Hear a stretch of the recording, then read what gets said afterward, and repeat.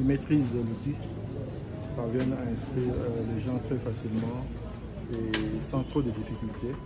Et quand vous voyez même le nombre de personnes enrôlées, maintenant il est quelle heure? Il est presque 12 heures. Il est presque 12 heures. Ils sont chacun à plus de 40, c'est impressionnant. Président, il y a l'opposition qui pense qu'il existe des centres fictifs. Est-ce que c'est vrai? Non, la question des centres fictifs n'est pas du tout réelle. Ce qui est arrivé, c'est qu'il y a des endroits où les chefs d'école n'ont pas voulu de la CENI. Quand on ne veut pas de nous, nous délocalisons ce centre. Et pour certains, ils pensent que c'est des centres fictifs. On n'en a pas du tout. On n'a même pas intérêt à le faire. Nous avons plutôt beaucoup de centres pour atteindre le plus grand nombre de gens, mais il n'existe nullement un seul centre fictif.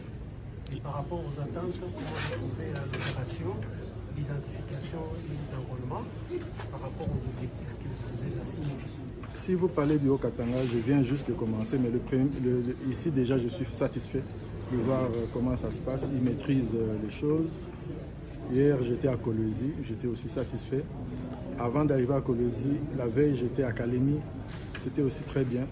Et Kanangambujima, c'était aussi bien. Donc je pense que nous avons beaucoup appris de notre expérience dans l'ère opérationnelle 1. Et aujourd'hui, ce que je vois, même la formation a été améliorée. Évidemment, les petits problèmes ne manquent jamais, c'est une œuvre humaine, mais on doit dire que les efforts et les progrès, c'est vraiment énorme. Merci.